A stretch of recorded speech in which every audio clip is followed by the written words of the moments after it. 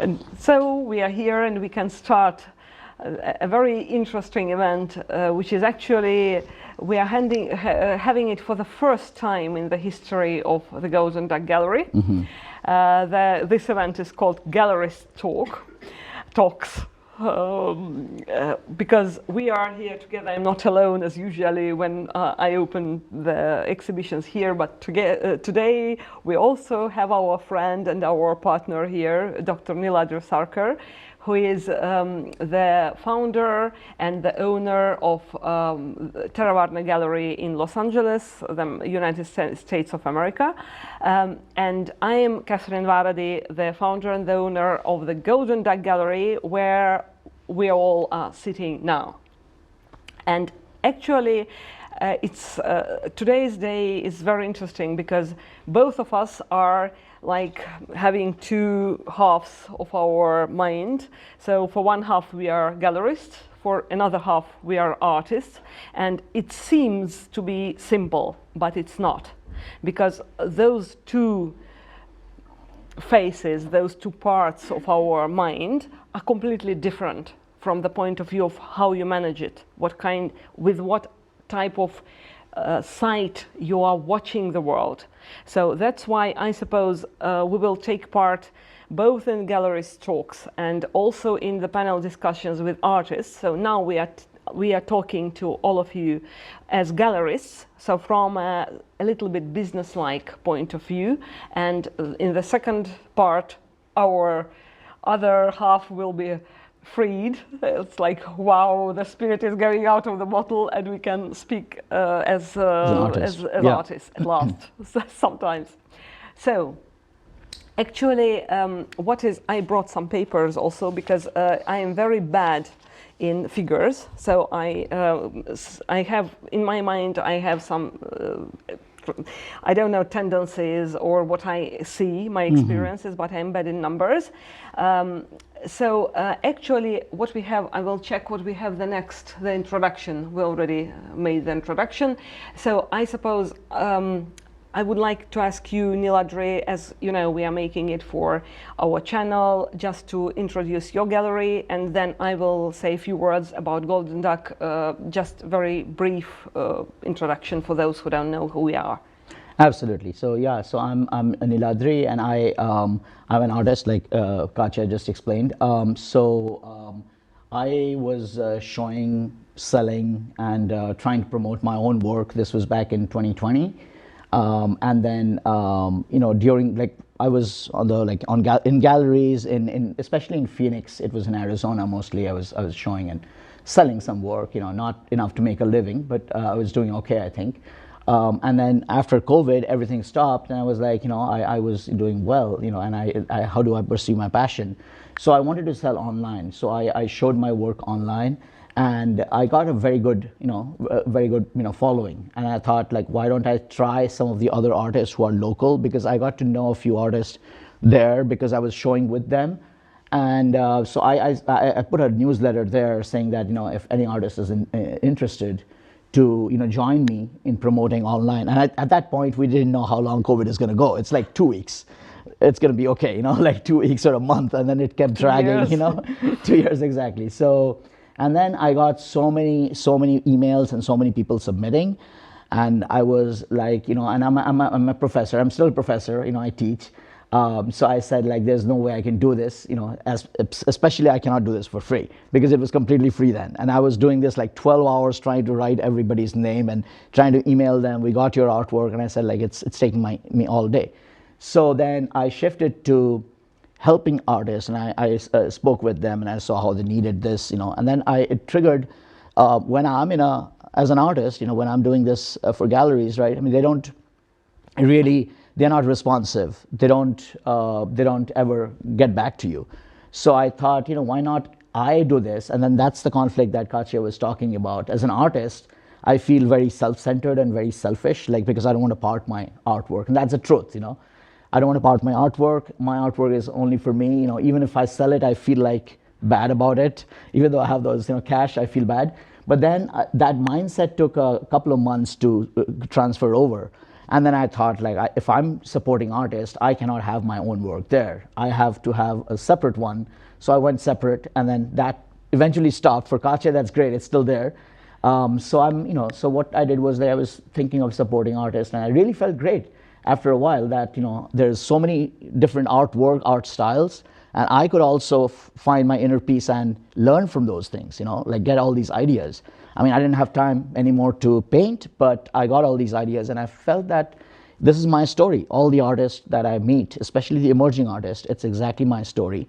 And why not help them? And when I talk to them, I look at their eyes, and I feel like it's something that I felt always, all my life. So, and now Theravada is pretty big. We kind of I think one thing we are really good at, I think one of the best in the world, I would say, is responsiveness. We always respond to all artists, even if some artists are really mad at us. We're responding and respectfully talking to them, and that you wouldn't usually find in any galleries. They don't respond to you and talk to you. So we'll always reach back to you if you have any issues, and there's always issues coming up. So we right now have from about 118 countries represented on Theravada, and our latest thing that we are trying as a gallery, as Theravada Gallery, is to do these physical shows, because I feel a lot of artists, I've spoken to a lot of artists in the last 3 years, I learned a lot, and I felt slowly that they want to move into physical shows more. And that's like a trade-off. We are doing the physical shows, but it's cost prohibitive sometimes it's, but we are trying to manage. And great thing is, like, I still have my job as a professor, so I don't have to worry about profit here. I'm just trying to support as much as I can physically, so that's where we are with Theravada. And I think I'm just so fortunate to meet her, like about 3 years back. And more. 3 years back we had the first. 4 years. 4.5 years. Yeah. Because at first I participated in your shows as an artist when I didn't have any gallery at all.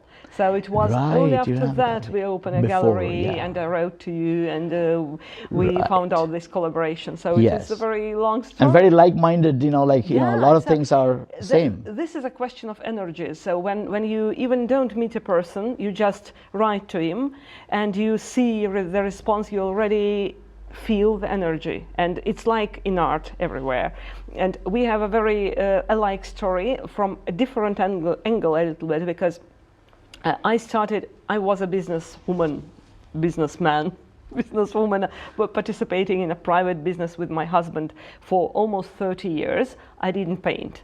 I started to paint before COVID started, and actually it was very quick. I mean, it was like something was bursting out of me, and I was developing really very quickly. So I won the first award of the school where I was studying painting, and I got back the whole money for my education because I was the best.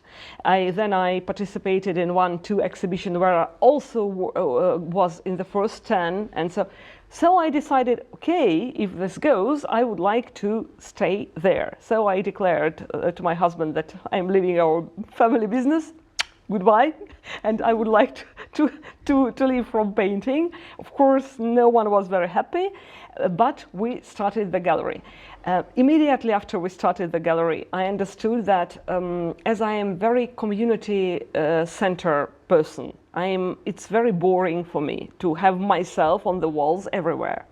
So I decided, and actually I already had some experience with meeting galleries, with meeting other artists and seeing problems which all of us face, that is completely impossible to get into the gallery. Like you say, they're non-responsive, they are very showing that even they're rude. Very big and you are nothing. Yeah. And so I said, okay, we have this space and we could help the artist, because it is actually, as a businesswoman, I see it's an art market. And on art market, we have a lot of artists who get no service. So actually, none of the artists get any service except for art supplies shops. But after that, it stops. So no one is, I tried to find an art agent for myself. I didn't manage. Actually, I managed to get one who did nothing for money, but actually I realized no way here. And so I opened the gallery. So actually my artworks were there on the first opening exhibition, just because, you know, it was no risk. When you open with your own artworks, you can't spoil anything. You just say that, okay, something happens, it's still myself where I'm ashamed of, so it's not other people. And after that, you can't see any of my artworks here, because like Niladri, I say that I think it's not ethical to show my artworks together with those who win in our own open calls. So it's not good when I promote on your backs.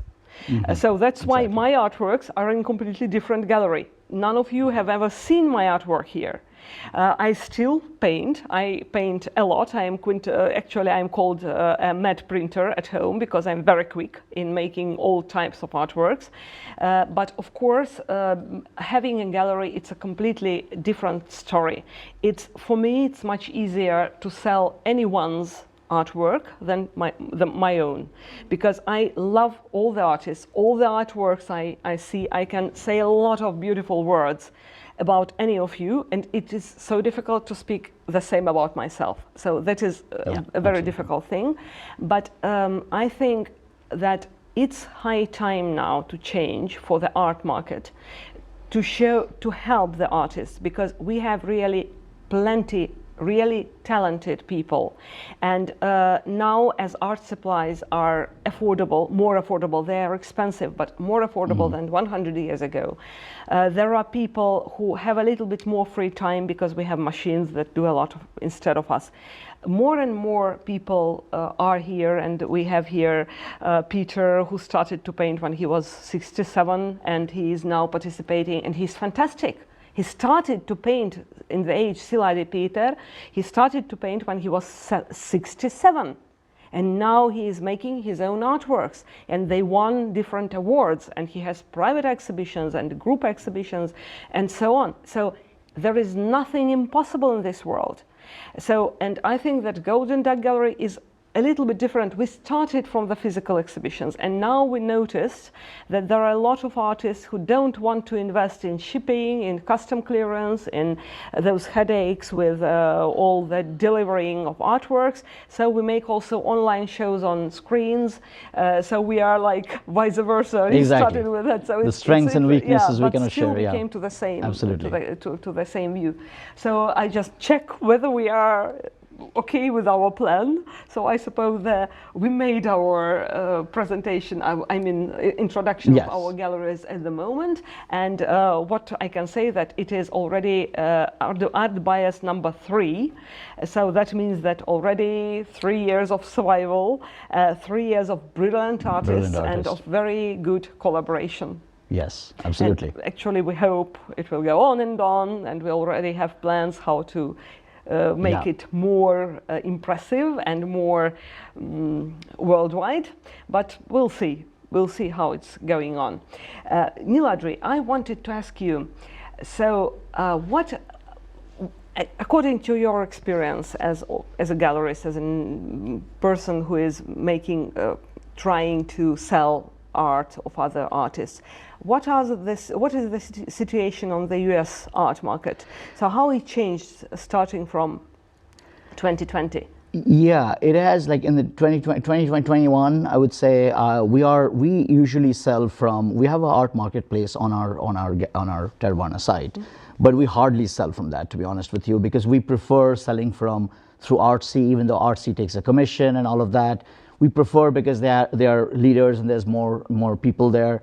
So I can tell you how things go, because the difference between you and me is you mostly sell where people would come to your, like a physical gallery, and they like this art and they'll pick up the work and then leave. Obviously they'll pay before they leave, but hopefully yes. But yeah, so for us it's online. So on Artsy they see this and they order from Artsy. All of a sudden, like, we don't know. So just going by the sales on Artsy, I would say 21 was our strongest year. That's kind of weird, but 21, like the year we started, was our strongest. We sold And I suppose it's because of the COVID. All the pent-up things during COVID, because you couldn't do this, right? And for a long time, people had the money, or people couldn't show in the physical art shows, so people started ordering. I guess that's my logic. And then 21, 22, it was like that. 23, 24, it kind of went down, and art market is going down. This year, we are much more successful. I wouldn't say it has reached 21 yet, but the indications, we're just half year. The indications are, if this goes on, we will reach the 21 level of where we were selling. That's just from our own personal, just for our gallery. And we have a lot of talented artists and whole range of price.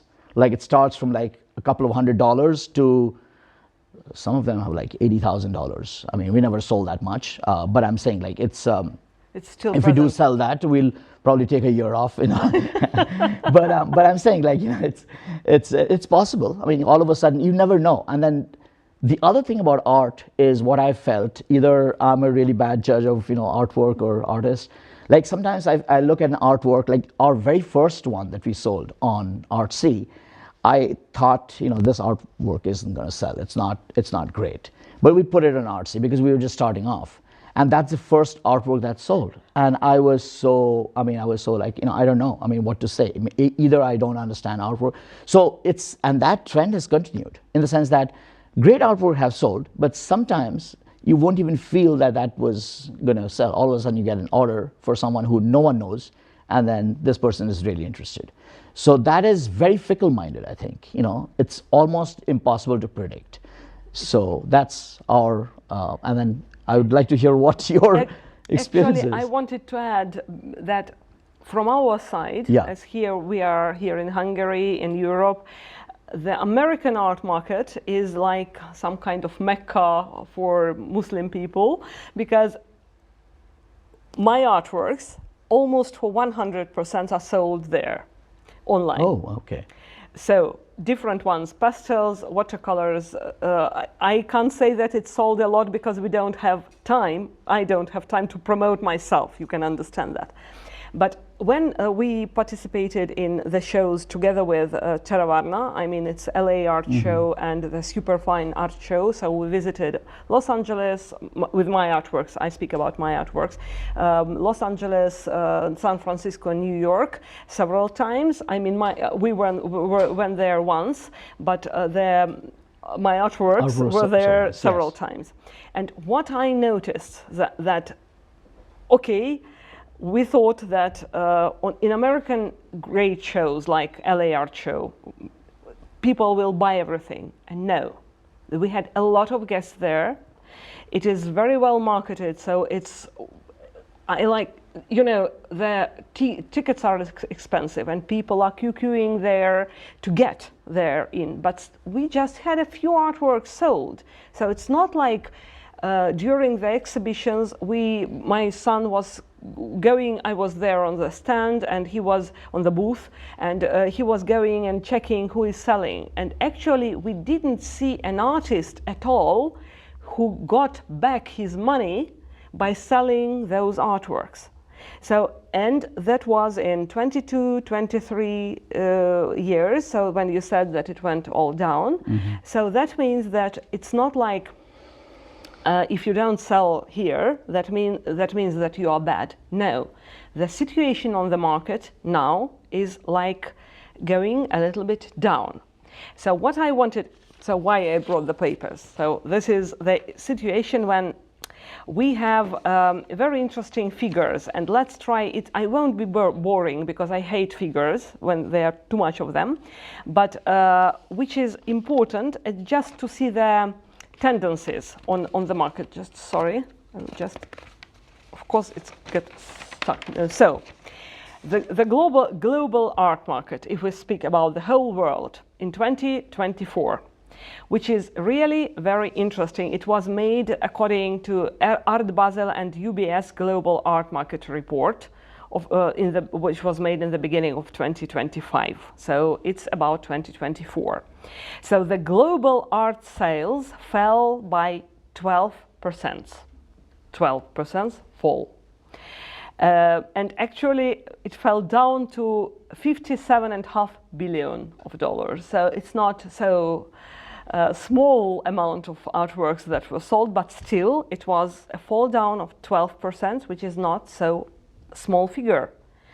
But it's very interesting that the number of transactions increased by 3%, and actually more than 40 million artworks were sold.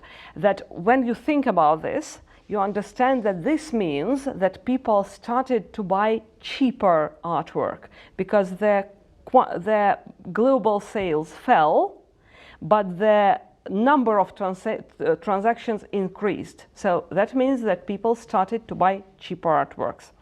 And sales of works that were more expensive than 10 million, okay, it's not our category yet, that were more expensive than 10 million fell by 45%. So for those who price their artworks more than 10 million, that is a problem for them. So actually, be careful. Is there anyone here who is pricing this way? I'm not. So I'm completely like getting my zen. So I'm not thinking about that.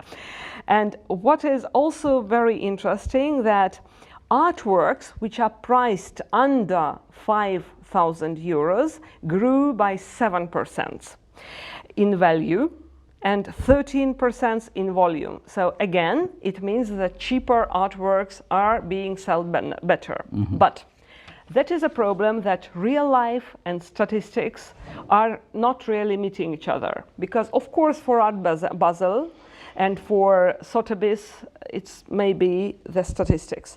I really don't think that statistics of Golden Duck Gallery or Teravarny Gallery or any other small gallery is here in.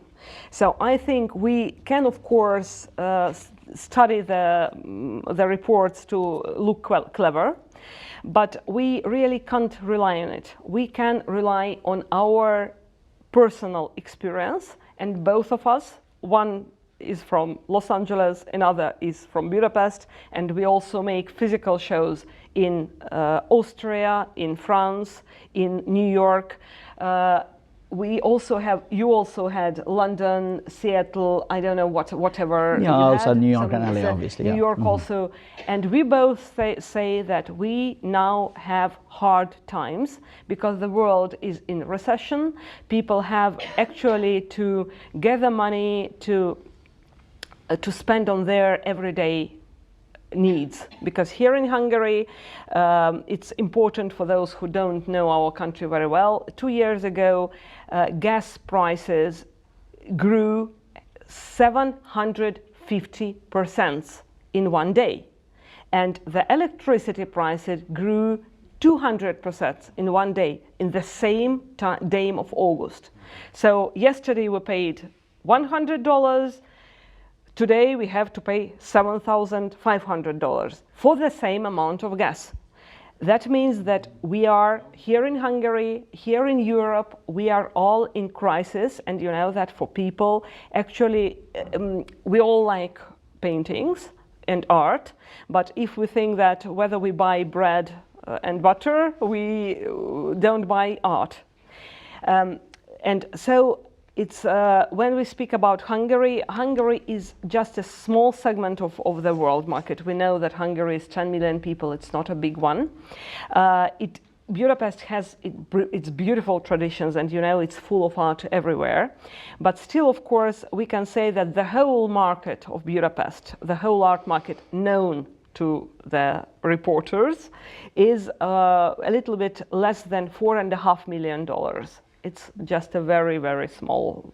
And the most expensive artwork that was sold in 2024 was sold for approximately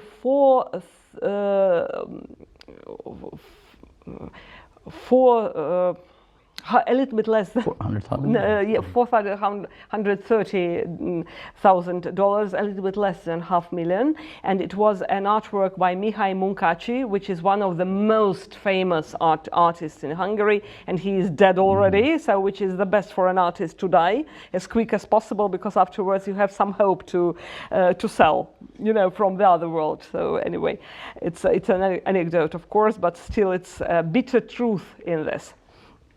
So, of course, we can say that Hungary is an emerging market, but of course it's not the same as New York or London or Paris or anyway. But still, of course, we have the difficulties like limited collector base. Of course, we have to conquer for money with prints and all other type of non-handmade art, but we will speak about it a little bit later. But still, I think that, you know, Jewish people are, I think, the most clever people in the world, because they have a very great history of their communication with God, a great history of bad things happening to their folk, to the whole Jewish people. And clever Jewish people says, then when it's a recession, go ahead. Don't stop, go ahead, develop your own business, because by the time when the recession stops, all those who died, they will not have any possibility to develop. But you are on the horse going ahead. And so that's what we are doing. We are not looking into statistics. To tell you the truth, it's the first time when I looked into it. And actually, it's like going to the doctor. You think you're okay, and doctor says, no, you will die. So it's exactly the same feeling with the statistics. So we are not looking at the statistics. We just think that if we have a lot of talented people, later or earlier, but they will sell. If we don't do anything, they will never sell. Mm-hmm. The only way for us is to do something, to go ahead, to develop our services, to make people understand that we are here for them. And it's the only way, because otherwise nobody will know that we are here. So it's actually the situation. And so let's check our clever cross-Atlantic collaboration. We already spoke about that. Global art market trends, so it was I was speaking about now. And so Hungarian markets also. It's just you know, we are going a little bit parallel, the presentation itself and myself. So now we will speak, I think, about greatest challenge we have now. It's artificial intelligence. Yeah. So everyone is speaking about that. So now a lot of experts say, like doctors, you will all die. So there will be no need of for artists, because AI will do everything instead of you. And so buy your coffin, prepare yourself for calm death, don't paint anymore. And I would like to know your opinion about that. So what do you think about AI? Can artists use it? So when an art becomes an art and stops to be an art? Yeah, it's a very loaded question. It's like asking, like, golf carts, are they cars or are they, you know, not cars, or, you know, are they supposed to be vehicles? You know, like, how you define it. Questions, so. No, of course. No, I'm saying, and I'm always very, very open-minded. I try to be as open-minded as as I can possibly. So I was very receptive and very supportive of AI art until I met my daughter. I mean, meaning like she kind of tries her best to convince me that AI art is bad and it's actually taking away from artists. And I've actually tried, now found some truth in what she's saying. And now I wouldn't say I hate or anything. I just don't like, so for instance, in Terra Varna, we've stopped taking any AI art, anything that's AI art. We'll take graphic art, but we wouldn't take any, AI art. So if there's any AI art, we would not take. Do you mean you stopped to take any digital art? No, just digital art is okay. Art. Digital art is absolutely okay. Yeah, just AI art. Anything that you're doing from AI, you go to Sora or ChatGPT or Gemini. How do you know that? Because that is the other thing. We, there's some honor code, but usually we can tell. Like doing this 4 years, like we can tell, like 99% of the time we'll tell. There's always that 1% we cannot tell. And that's where I want to shift the conversation. So in a couple of years, whether you like it or not, I think there'll come a time when you would not be able to tell. I mean, there might be new technology that comes in that'll be able to distinguish this, but it's almost going to be impossible, if not completely impossible, to tell. That's my prediction. I don't like it, but that's how I feel it's going. Because if ChatGPT 4.0 or 4.5 can do this, then just imagine what 12 would do, like in 4 years, But 5 again, years. it's the question is what we see online and what we see when we see it physically.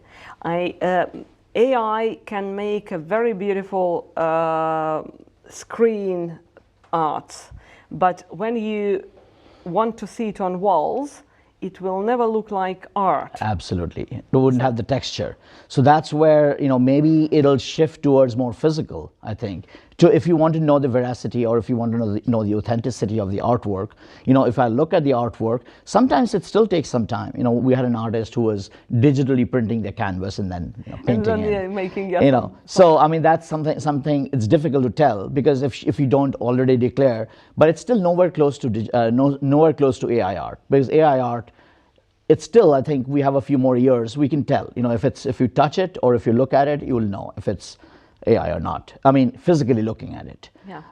So yeah, that's a good point. We can probably, that's how maybe we'll know, like some people will want to see the art live before they buy it, or have an agent go there and take a look. That's probably, verifying it. I think so, yeah. I don't know. I think so, because actually for us, it's the same problem as yours. It's easier for us because we are non-online. We are physically, we are seeing the art. But sometimes people say, especially if they are from Australia or from China, they don't want to ship, and they say, please print it. So then we can't see the original. But I really, of course it's my personal belief, but I really believe in energies. And I don't know whether you noticed it already, but when you go to some website, to any website of any kind of a company, you already can feel whether it's alive, and there are a lot of things happening, and there are real people behind it, or there is a website which is made by bots. Bots. And it's like all beautiful, all perfect, but you don't feel the presence. You just feel that something is not okay with that. The same is with art.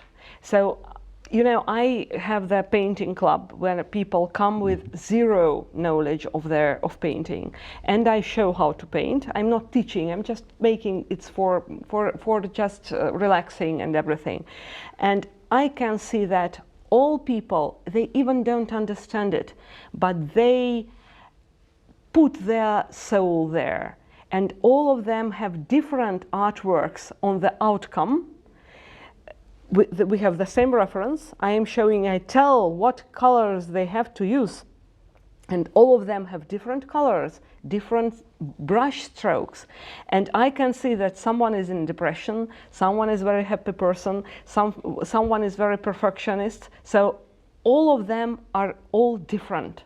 And so each artwork bears the personality of the person who made it. So that's why really my personal prediction, I can say, of course, AI will develop itself and it will be very helpful in many issues, but I think that now humanity is playing with this. Oh, it's so interesting because, oh wow, we can create something which is art-like. But after some years, I think people will estimate the handmade things. And I have a very interesting story because in Eastern Europe, we are a little bit late. So we are developing a little bit in different way of the Western world, say the US or Great Britain, are different. So when my son, who is here by the cameras, who is 20 years old, he was born, we were making companies all over the world. It was our family business, very close to legal and economic things and very far from being artists. And we had a very good partner from the UK. And his wife used to knit things to make clothes for Alexander when he was really very small baby. They sent us something, and they brought us once. They came here to Budapest, and they brought us ceramic plate with Sasha, because we call Alex Sasha at home because we are half Russian family. Sasha written on this ceramics.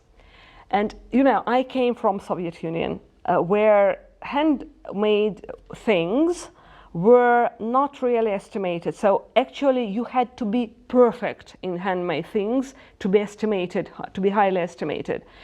And the thing they brought were completely ugly. So it's like a child who tries to crack something. So it was Sasha written in so ugly way that I couldn't imagine how you could give it as a present. And you know, this gentleman with his wife, they gave us this plate and said, it is handmade. So like with, wow. And you know, that time I think, thank you very much, I was happy, and now we have this plate as a memory, and I don't think it's ugly or anything because we are happy that we have that. But now I start to understand that handmade things, even if they are ugly, they are still handmade and they still bear a memory. Right. Because if they bring some plate from UK which was made by a machine, even if with Sasha is written there, it's not a memory. It's completely different thing. So I think that people will estimate the handmade things, but I think that we as galleries and as gallerists, we have to try to educate people, because it's very interesting. But before, sorry, it's a clever thought, but before, as we spoke about as AI, so what is very interesting thing, what I noticed in our world, we all speak about being individual. We all say that we are unique. Each of us is unique. And together with this, we see that all of us go to IKEA and buy the same furniture, and we make our decorations at home trying to look like somebody who is in the magazine. And so we are not trying to be unique from this point of view. And you know Alison, who said that she has Alison is a gallerist from San Francisco, and she told me, see, I have a lot of friends who are very wealthy. They really have a lot of money. They bought big houses in San Francisco, which is, you even can't imagine how expensive it is. But still they go to a marketplace somewhere and buy a prints to decorate their house, because they simply don't think about being unique from this point of view. Building a unique home, of course you can't, of course we need to buy a sofa, we need to buy a bed, we can't make it ourselves. But in my house I don't have a print at all. I only have original art and not painted by myself. Wherever I go, I always buy beautiful art piece, because that makes me feel great. I feel this energy of human souls, and some of them are old paintings. I have paintings from 19th century. We have paintings, even one painting from 18th century. Oh. And it's wow feeling, and that makes my house like kind of unique. And I think that one of our tasks is not just to say, here is beautiful art, buy it, but to make people understand that they should be really unique. And sometimes they can do this for the same money, because here in Hungary you can buy beautiful artworks for 200 euros or 300 euros, and you can buy the same as a print. Or you know, in China I saw a video how they make art. You can see they have long tables and a lot of canvases, and one guy paints only one element of the same artwork. So by the end they will have 150 same landscapes, and 100 Chinese guys, each of them paints, one of them paints the sun, another one paints the sky, the third one paints a human, and so by the end you have still handmade artwork, but you can imagine that no soul, no energy, it was just like a conveyor, like a factory process. Yeah. And it will be sold in IKEA and places like that, like Unique Art, and it's up on your soul whether it is educated enough to understand that it is really art or not. And so we are going in the closest, nearest future. We will try to release more videos to try to educate people from this point of view, to make them think what to do when they buy something in their house. Why to choose original art? Because whatever artwork you see here, it tells us a story.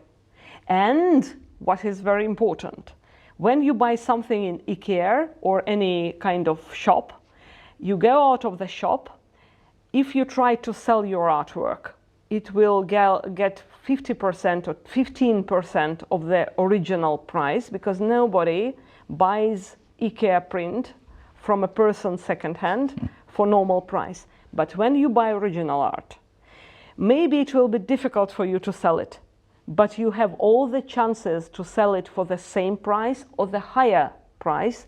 It keeps its price for sure. It's not like a sofa, which is completely unsellable after 10 years of use. At home I have, as I told you, artworks that are 2 centuries old, and I am completely sure that when I sell them, I can get at least the same price what I spent on them. So it's also a point of view that people very often forget. Yeah. And so like, those like IKEA style, you can have a very beautiful home with IKEA print, or you can have some, and I suppose, is it the artwork from this or from last? It's from our last exhibition, the original artwork with those flowers, and you can see and you can even smell those flowers, because you can understand the feelings of the artist who painted them. So that is a great difference. One thing I just wanted to add is, like, just if you think about the moral implications of this, here when you're buying from IKEA, you're just making Mr. IKEA rich, right? And here you're trying to support the talent, yes, the artist, even if it's like for €200.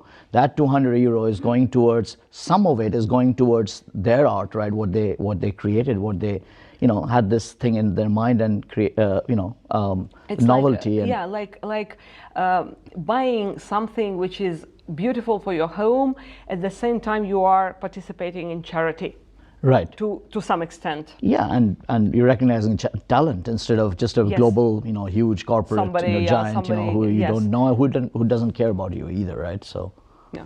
So now I just checked what we have, the next subject of our. So it's a very, very, that it's one of the most oftenly asked questions. So why should I exhibit if I don't sell?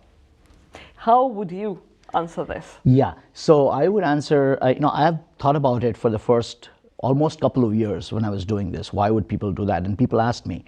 So what I found, the strongest thing about it is, logic is that if you just think about the opposite, if you don't exhibit, you'll never sell. That's a given, right? It's absolutely given. Nobody's going to know about you. But if you do exhibit, you have a chance to sell, you have a chance to impress, you have a chance for people to start the discussion around you, right? So these days, and again, like these days, it's even more important that you're not only on a website, you're on, let's say Theravada, you're on Golden Duck, you're on Instagram, you're on Facebook, you're on Twitter or X or whatever, right? You're there. So you are on it's like a multi-pronged thing. So if people go in, they see, okay, Catherine Varadi is there, and then they know, okay, she's not only from Golden Duck. Oh, I see her painting here, or I saw this here. So it's a recognition thing, right? I mean, like a recognition, or people know, okay, you're a name, you're a household name, or you're someone to reckon with, instead of just sitting there and doing nothing. You might be the most talented person, but the exposure is as important as selling. That's how you should start. And if you think you're going to sell it, the honest truth is almost never you'll be able to sell that one. That's the honest truth. And if you think about doing like 10 artwork and wait for a year or two, then you'll start selling and people will know about it and it'll come to you. That's how I feel. And that's the honest, it's exactly the thing I think too, because in our case, when you are a new gallery and you open, of course, at first you don't have a lot of collectors coming. By the way, this year we are going to make the door here for people to see the entrance. Oh, great! At last. That would be so great. it's not so easy to do, because in Hungary you have to get 100 permissions, and it costs a lot. And not a cost is a problem, but to find a person who can do this not in 1 or 2 months time, because we don't have this 2 months time. We don't want to lose our gallery for 2 months time, so we need someone to come and to do it in 2 days. So we are trying to do this, and also what we were speaking about. Sorry, because I just. Oh no, we were speaking about how to, why would we exhibit? Yeah, why would if you're not selling, or if there's little chance of selling? Yeah. Yeah. So because what we also noticed when we started to work, at first we didn't sell anything. Then we started to sell slowly. Somebody came during the gala opening. Sometimes we sell, sometimes later. What effect we noticed that, for example, one of our exhibitions is over. Somebody calls and says, see, I've seen this and this artwork on that exhibition, and now I would like to buy it. And it's a month after the exhibition. Can you help me? Of course we can. We call the artist we already gave his artwork back to him, and we say, please bring it back. So the artist brings it back and it's bought. And it was not one unique case, it was several cases. We also have our online shop, which was fantastic because we opened it and we had the first sale on the same day, without any advertising it, without any marketing. We just opened it and somebody came and bought. So it's the question of patience. So you have to be patient enough. And one more thing which we noticed, again, and it's very good for our artists. It's not very good for us as a gallery because we don't profit on this kind of, but okay, because it's different thing. Somebody is exhibiting in our gallery and people come and see his or her name. And after they contact directly the artist and buy different artwork. So not one which was exhibited. And here comes the thing that when we are different from other galleries, it's not always helping us, because some galleries, they sign an exclusive contract with an artist saying whatever you sell, whenever you sell, and wherever you sell, you pay us a commission. Because we show you, people know your art because of us. That's why if anyone buys, it's part of our price here. We don't do that. But as we are making open calls, we give the artist the opportunity to be shown. And there are artists, not one, and we know it not directly. They start speaking about that, and we know that people come and say, I've seen you in Golden Duck Gallery several times. I like your art. I would like to buy from you. It's not directly connected to the exhibition, but imagine you never exhibit your art and sitting there at home waiting for someone to come. Nobody knows your art is there. So that is a problem. And of course, I understand the difficulty that actually this is the part when the art is just a good. Just is something to be sold. And that's why it meets the same laws of marketing. you should show the art as often as possible. You should be present on Facebook, on Instagram, on online marketplaces, on the galleries. You have to have your portfolio, you have to have all the exhibition written in. And by the way, one more, the last time when I using the figures now, you know, there is a big internet portal which is called ArtFacts, which was created to register artists and exhibitions, just for the collector to be able to check if you are cheating on him, because somebody can say, oh, I am fantastic, I was taking part in 200 exhibitions, and actually he didn't. So for ArtFacts, we can, our Golden Duck Gallery, we register all the exhibitions we have. And so at the moment, the ArtFacts tracks over almost 1 million exhibitions already, and 23,000 galleries, and more than 700,000 artists from 192 countries. So that means that, for example, ArtBIAS exhibition will be put to ArtFacts, and all the artists who took part in these exhibitions will be mentioned there with their artworks. So that means that any collector that comes and wants to see who you are, they go there and see all the exhibitions where you are. To tell you the truth, it's extremely difficult to register there, because especially in our case, when we have 100 artists exhibited, because you should not only say that I am Golden Duck Gallery, I have this exhibition. We need to show the photos of the events. We need to show the photos of the exhibition. We need to give the list of the artists with their artworks. And even if one letter is wrong, they say, no, the list is not okay, try again. So there are a few exhibitions we are struggling with for months already, because we can't register it because some kind of technical problem. But still, it's also very important where you are on that, because each artist has his own rating.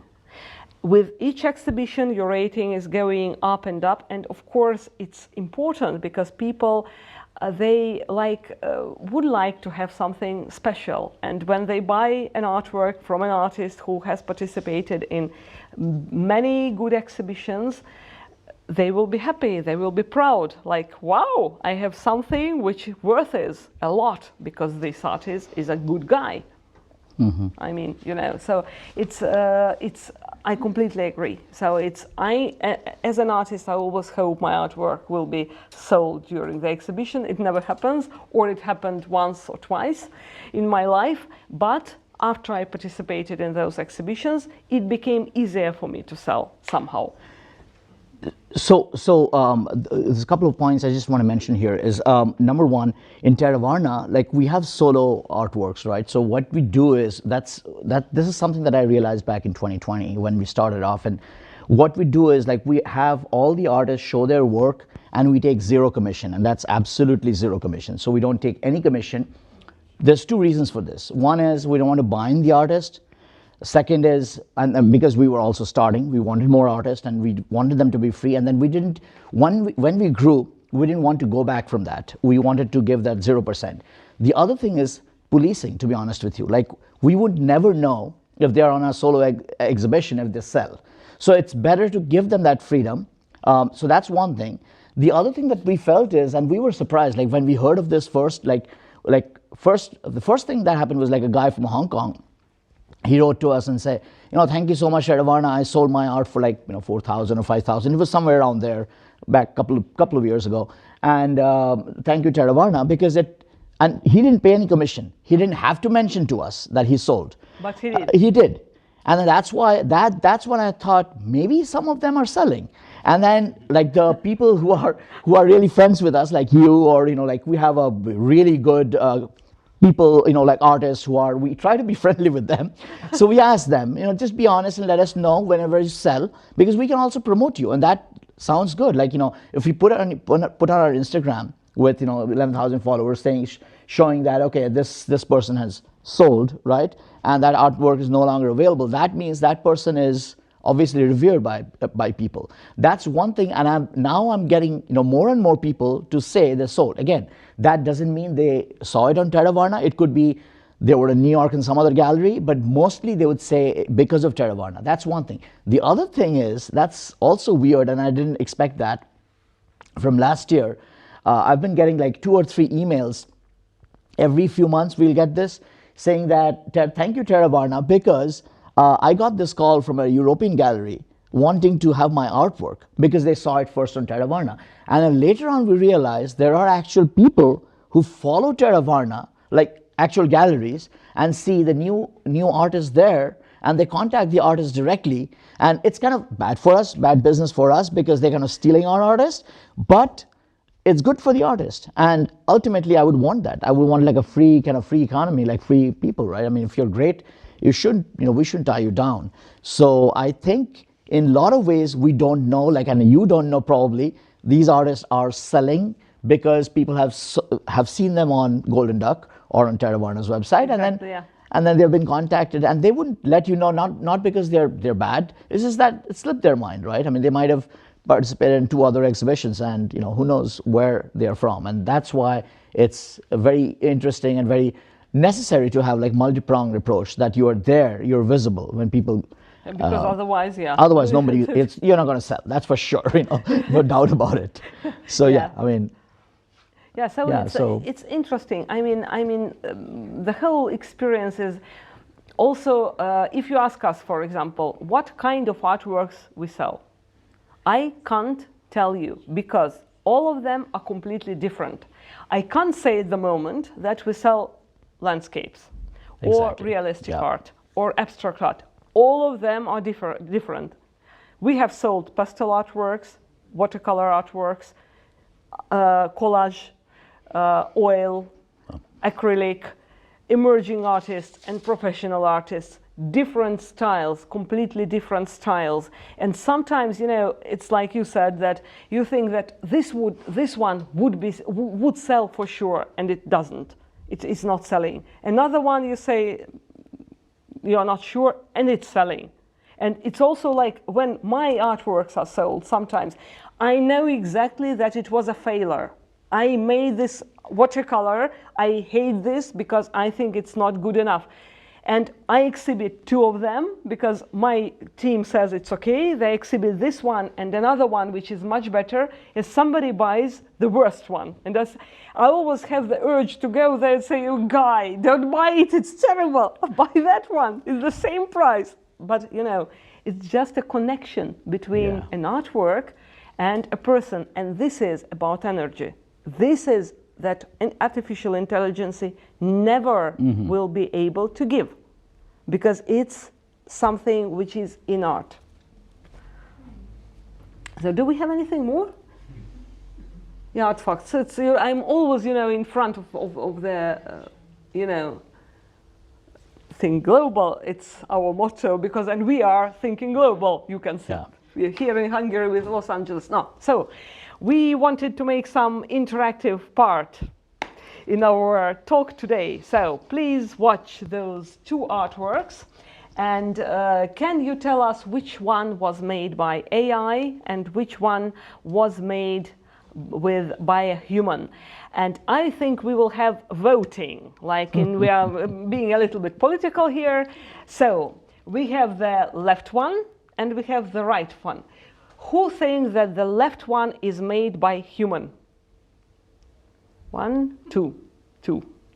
Who thinks that this one, the right one, is made by human? And the majority is right. So this was made by artificial intelligence. So how would you think? Why? Because actually you can see it's both very realistic. I mean, why did you vote this way? Can anyone? Slash one is very sterile. Yeah. Nothing. It's just a portrait without any emotion and without any trick or something like that. It's ideal. It's without any type of line or any human mistake, which is inevitable because we are not angels. So we are all having some kind of mistake on our face. Actually, this lady is also not an angel, but you can see some lines under her eyes, and that makes her human. And also the tone. You can see there is some difference in tone. That one is more uniform. Here you can see how the light falls on the cheeks. It's expressed differently versus the other side where it's dark. But when it's generated with AI, it's all uniform. There you can see the differences. Yeah. Yes? Actually, being a photographer, I can also say that the left one is actually not ideal. The right one is, because it's real light conditions. The left one is basically trying to be natural lighting coming from Backlighting. back. Yep. And then she has studio lighting with a very bad portrait retouch on her face. So the face is looking like it was made for $5 on a on a website that are selling freelancers, freelancers work. Like this is the kind of retouch you usually get for $3 or $5. So it's very bad, and usually they miss the details. And the left one has too much details for the bad retouch. So it's kind of obvious that one is created this way. So it is not retouched. It wasn't reworked. It was created this way from ground zero. So you can see that even from screen, at the moment, you can From 3 meters. for 3 meters distance, 90% of 95% of our viewers and who are artists, they could understand the difference. And I do have a point to say. Yeah. Here. That's going to be completely against everyone what you guys are saying. And again, like I'm very a tech guy also. I like artificial intelligence and everything. So I feel where you're wrong is, where you're very right as you can tell. But where you're very wrong is, we are at ground zero. Just imagine what's going to happen in 5 years. You think that exactly. something that can generate that would not be able to cross over and make that in a few years? It'll be much better than that, because it'll have all these nuances, it'll have those blemishes, because they're introducing those things. Even in artificial intelligence, you talk to ChatGPT, they'll have these like, did you see that? I've been going there, do you want to go there? It has all these intonations because they're bringing these in that you would not be able to tell. Right now you are. Like in 5 years, just imagine how it's going to go. That's my... It's a 1 year. Yeah, 1 year that's what maybe. I'm scared. I hope you guys are right, but I feel like very soon, So like in 2 years, if we make this again quiz. Now you're killing our hope. No, I just wanted to be honest what I think. Yeah, that's a reality. No, of course. But hopefully it never happens. So here it's easier it's easier task. here. So it's again a mini quiz for 2 artworks. Who thinks that the left one is made by human?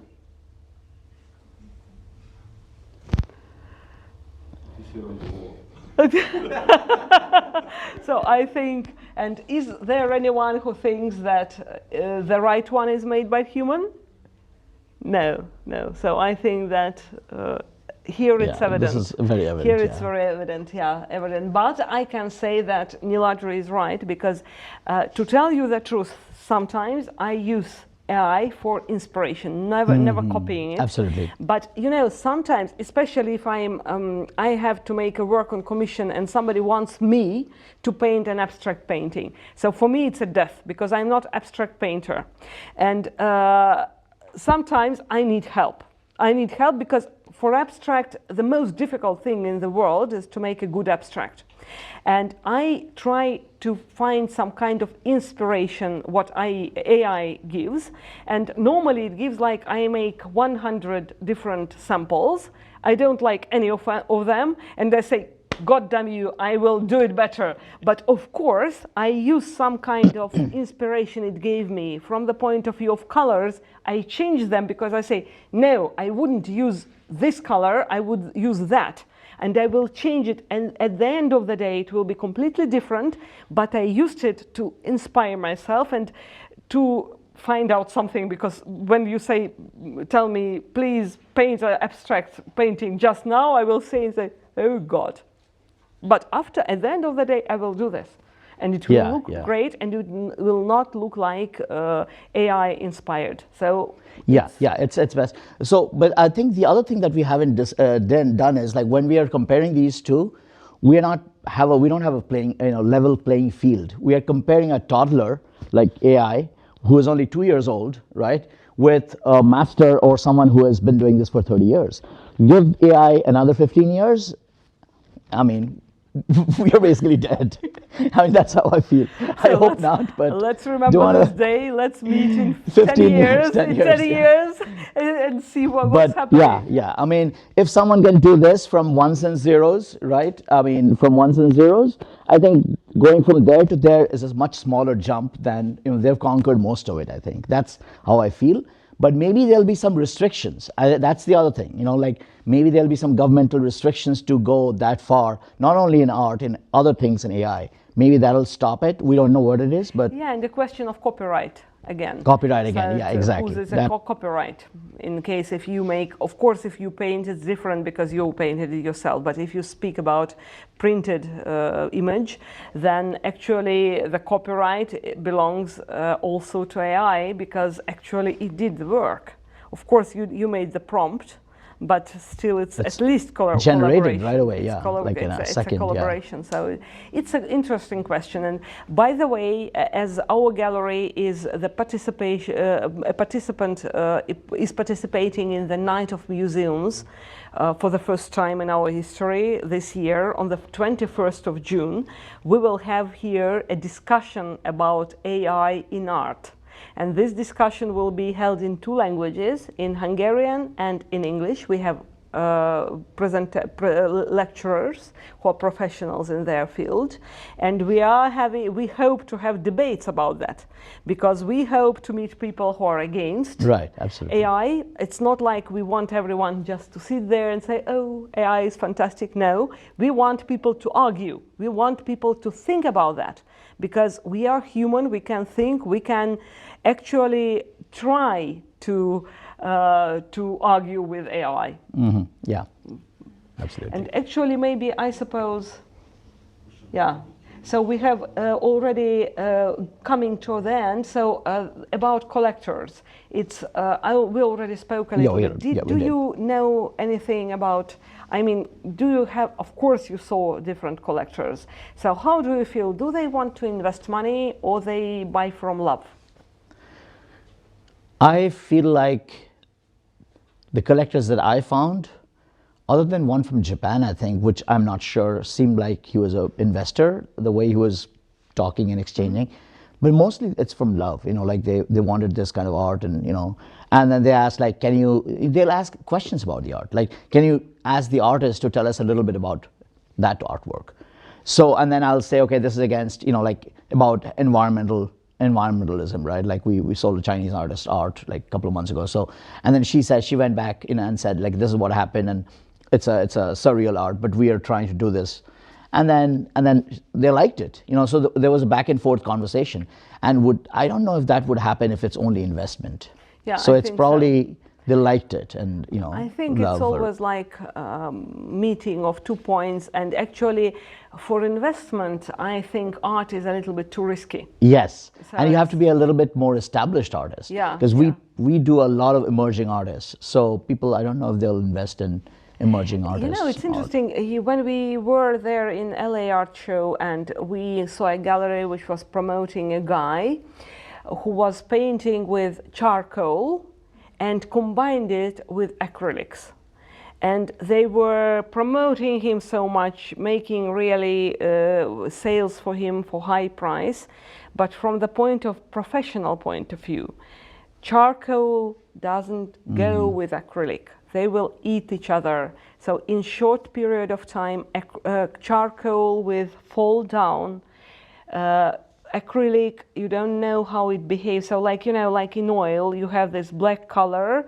Why oil painters don't use black color? Because black color tends to increase. It goes to catches, snaps the other colors. So if you see the artwork which was painted with black in 200 years or 100 years or 50 years, it becomes much more black than it was in the beginning. So that's why artists never use black color, or oil artists. They mix the black from different colors because that prevents their artworks from this damaging effect. And the charcoal and acrylic is not good. So it was about money. It was about promoting someone who just found out something special, and something special was selling, but it's not for years. It will last for 2 years when everyone will get tired of this, and that's it. Actually, yes, we spoke about that. Yeah, so this is very interesting, so that why people don't buy art, or why they think about buying posters and about buying prints, but not original art.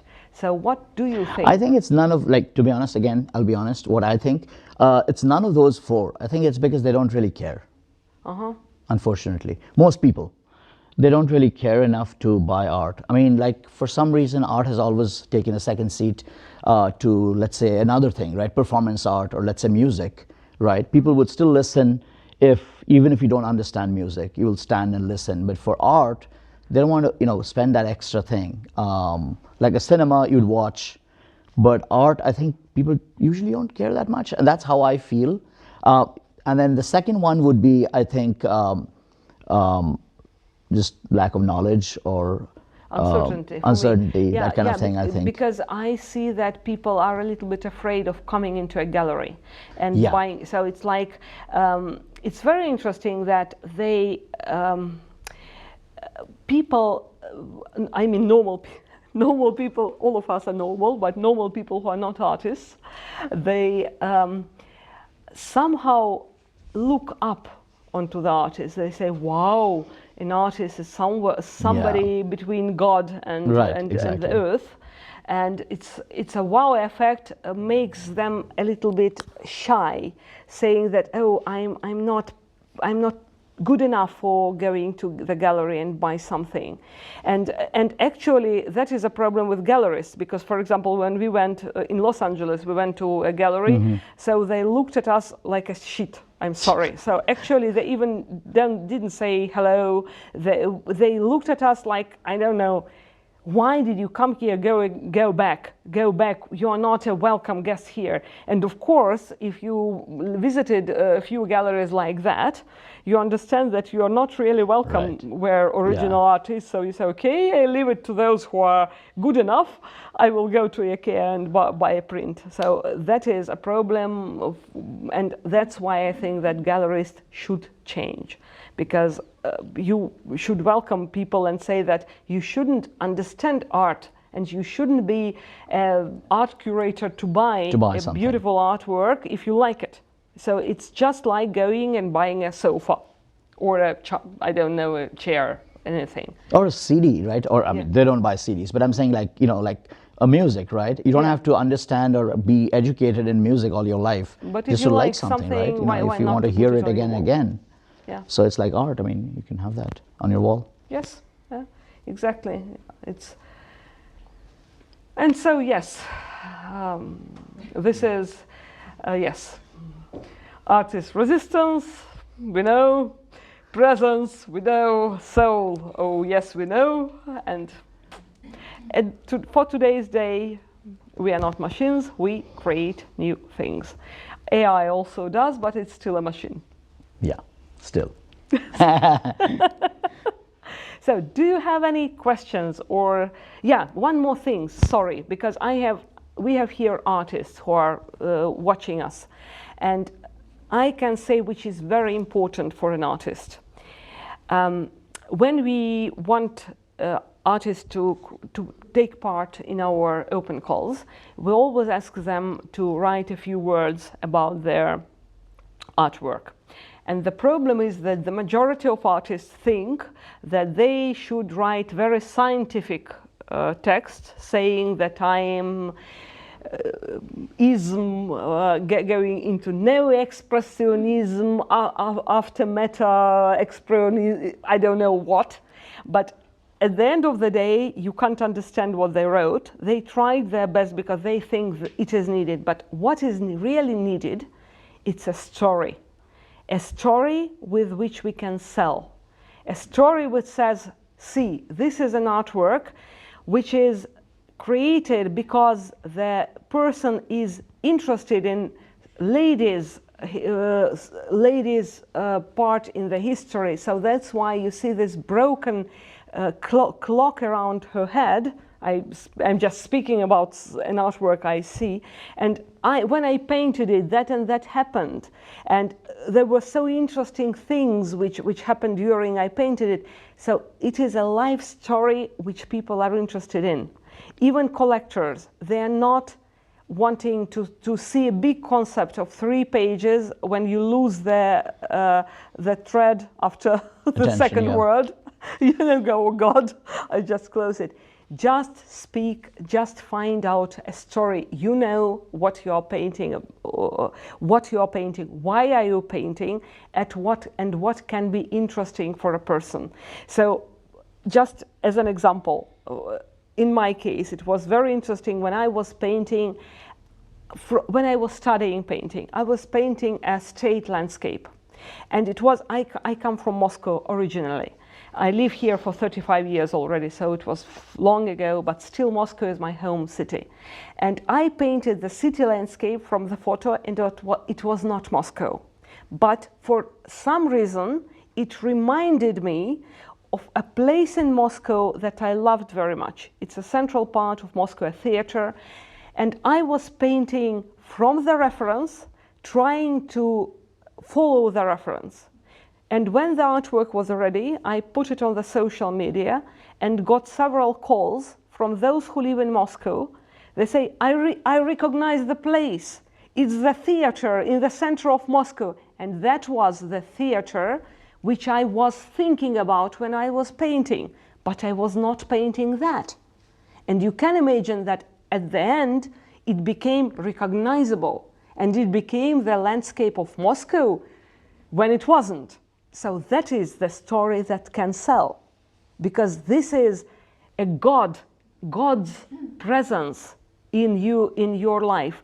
For example, another very strange example, really strange example, when I tried watercolor, and I just bought a new color and made a human face, just a human face from nowhere. Then Ivan, my other son, came, and he loves hard rock very much. And he looks at the guy's portrait, it was not portrait, just a few, like a sketch, and says, oh, how do you know the name of the Black Sabbath main guy? I said, I don't know him, who is he? And he shows me his face. I never saw him. I was never interested in any kind of this type of music, and that was his face. How can it happen?